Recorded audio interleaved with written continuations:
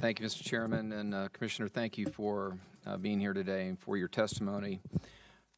It's been my experience here in 5 years of service in the House that so often in these hearings, it's not too surprising that, you know, the Republicans, we really focus on really reducing spending, and oftentimes my Democratic colleagues are making the case for, you know, the other side of things. And just with a business background, you know, when I try to assess and work through that, because I'm a fiscal conservative and I am deeply, deeply troubled by us being $19 trillion in debt, I think it really is a real fundamental threat to our country, and we're all in this together, Republicans, Democrats, those who are fed up with both parties from coast to coast, we're all in this together. So as it relates to the IRS, an evaluation of the request that you've made and just some of the comments that have already been made today, I try to look at this from, as best I can, from an objective standpoint and trying to assess performance, and indeed your performance. That's part of what we do here. So it's difficult for me to buy and explain this to me. I've met with you privately before, and you've always been responsive. That said, if you could incorporate into your summaries, at least I would ask for performance over time.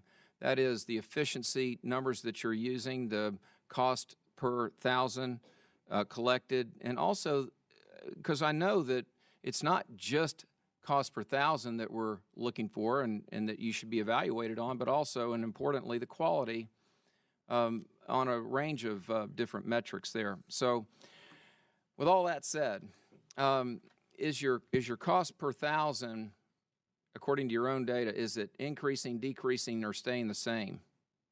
At this point, we have become even more efficient. As I said, not to overstate it, but you know, we really are by far the most efficient tax administration in the world. We do think, and we measure it, and we're happy to share those measures on taxpayer service, for instance. There, obviously, as we've had more taxpayers and less funding, we've had a decline in performance, and it's of concern to all of us, and it's an appropriate measure. Even with the increase, and we're processing 10 million more taxpayers, so obviously we're processing significantly more taxpayers with you know, less funding. There's a problem at some point in terms of, you know, what point do you lose effectiveness? Well, let's talk about that just for a moment. I remember from my econ class a long, long time ago, you know, when marginal cost and marginal revenue are equal, you know, you've maximized profit. Now, let me say right up front, I know this is not a business. We're not in the profit business, but this idea of optimizing the right amount of tax collection, not more than is owed, but not less than is owed, that's the optimum. So does your budget reflect, are you saying, could you make the argument that if you got the budget request that you had asked for, that is the optimum? I mean, that is, if you start to spend more than that, you're going to actually maybe collect less than it costs you to collect it? I don't know where that curve will go. I can guarantee you, as I said earlier, just with the program integrity cap, and I understand that's always an issue as to where it fits, but just with the increased enforcement arms over time, our estimate is the net gain to the government would be $46 billion.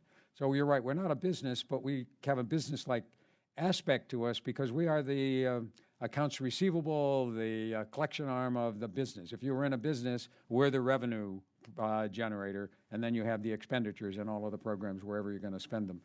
So part of my concern is that if I were, as I said, I spent 20 years in the private sector running large troubled businesses. I never met anybody who said, I think I'll starve my revenue arm to see how they do. But on the other hand, your point is everybody looks at them and says, but I want that revenue arm to be efficient. I'm not just going to throw money at it. Now, I've got about 30 seconds, and let me just close with this. I just wanted to share with my Democratic colleagues, the ranking member and others, every line of our budget needs to be given scrutiny, and including the IRS. And this is just part of being prudent and doing right by the taxpayer, all of us. But what's driving our fiscal situation overwhelmingly is our failure collectively to responsibly reform mandatory spending.